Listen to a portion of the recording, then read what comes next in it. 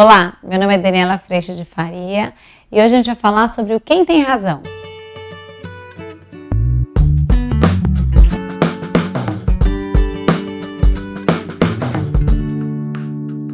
Olá, no vídeo de hoje a gente vai falar sobre um tema que parece muito simples, mas com a educação que a gente teve, às vezes fica bem confuso. O quem tem razão? Quando a gente era criança, era muito comum que os nossos pais, nossas mães, os tios, tias, sempre dessem razão para alguém na briga. Então quem começou estava errado, ou quem bateu ficava errado, mas alguém estava certo e alguém estava errado. E muitas vezes isso gerou o sentimento de injustiça, ou até gerou o sentimento de alguma esperteza. Eu lembro muito de um primo que eu provocava bastante, mas bastante mesmo. Ele está até no livro, esse primo querido, e hoje a gente é muito amigo. Mas eu provocava bastante ele, e ele era muito estourado. E quando ele vinha me bater, eu começava a chorar, e logo levavam ele para o castigo, para bater nele, tomava sentada, acontecia um monte de coisa com ele. Mas nunca ninguém perguntou o que tinha acontecido. E ele, tadinho, levava toda a bronca, porque ele nunca tinha razão de nada, e eu sempre tinha razão porque eu era a pessoa que chorava. Então nessa história toda, a história do quem tem razão prejudicou muito a esse primo. E me deixou numa situação confortável, quase perigosa, porque eu abusava desse poder que me foi dado. Hoje em dia, se a gente for pensar, dar a razão para algum dos filhos ou para alguma das crianças que a gente está cuidando, seja numa escola, é algo que, pensando seriamente, não faz nenhuma diferença. Não gera um resultado de aprendizado realmente profundo para essas duas crianças. Pode gerar um desconforto, pode gerar uma inimizade, pode gerar uma competição, pode gerar um sentimento de injustiça, pode gerar provocação, pode gerar muitas coisas. Mais importante do que dar razão é fazer com que as crianças conversem, para que a gente seja um mediador dessa conversa, para que a gente seja um condutor dessa conversa. Por quê? A criança que se sentiu agredida vai dizer quais são os seus motivos. A criança que também se sentiu agredida vai dizer quais são os motivos dela.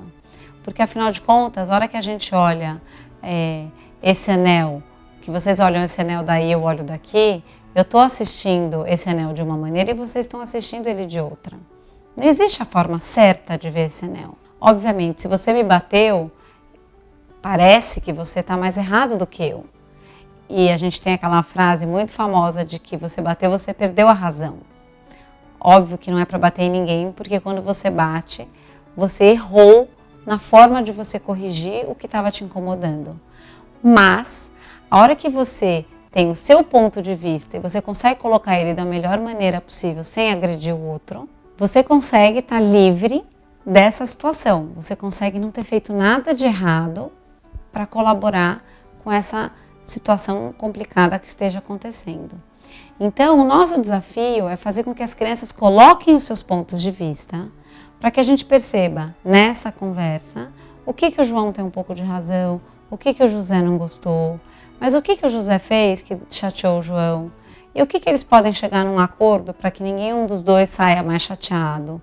O João pode parar de cutucar o José pode parar então de responder de um jeito grosseiro para o João.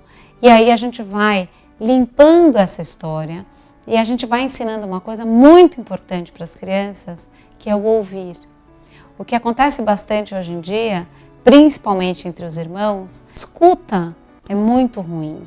A escuta ela é de má qualidade no sentido de que o menor normalmente já parte para um chilique, para um falar nenenzês, que já parte para um beiço e vai fazendo todo aquele choramingo.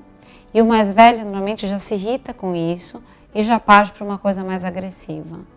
Às vezes acontece da gente já dar razão para o menor, porque o mais velho já ficou muito agressivo, ou já foi agressivo e a gente tende a entender que o agressivo é errado, e muitas vezes a gente não ajudou essa comunicação a acontecer. E esse menor, ele está o tempo inteiro não ouvindo o que esse mais velho diz, o que o deixa muito irritado, e isso vai virando esse ciclo, essa bola de neve. E aí, a hora que a gente pode juntar os dois e falar, pera, então vamos entender. O que é que eu posso ajudar? O que está incomodando?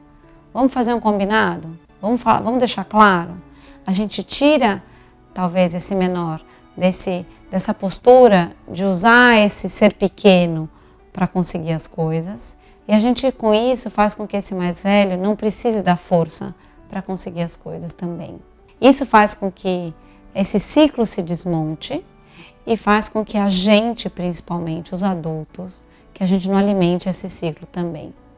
Quando o adulto entra como um terceiro ponto para dar razão, ele está alimentando essa tensão entre essas duas crianças. Quando o adulto entra como um terceiro para ajudar essa conversa a acontecer, o mais importante é que essa tensão que antes existia, ela deixa de existir, porque existe uma compreensão do que estava incomodando, um pedido de desculpa, eu vou parar de fazer isso então porque você não gosta, você ouviu o que o outro disse, ele está pedindo para você parar, tá bom, então eu paro. Você ajuda na comunicação. E isso faz com que as crianças comecem a se ouvir melhor, comecem a falar melhor e a não mais precisar de instrumentos como os menores, muitas vezes usando o beiço, a birra, o choramingo, e os mais velhos que normalmente vão para a agressividade, para a força física ou para a agressividade verbal. A hora que a gente se posiciona dessa maneira, a gente colabora muito mais para esse estar no mundo, porque na escola essa criança tem mais habilidade, nos amigos do prédio essa criança tem mais habilidade. Para quê? Para dizer do que vai dentro do coração, para dizer o que ela está pensando, o que está incomodando, porque ela tem treino para perceber exatamente o que são essas coisas que deixam ela incomodada. O lugar de segurança, que é a nossa casa, que é o seio familiar, é o melhor lugar para isso acontecer.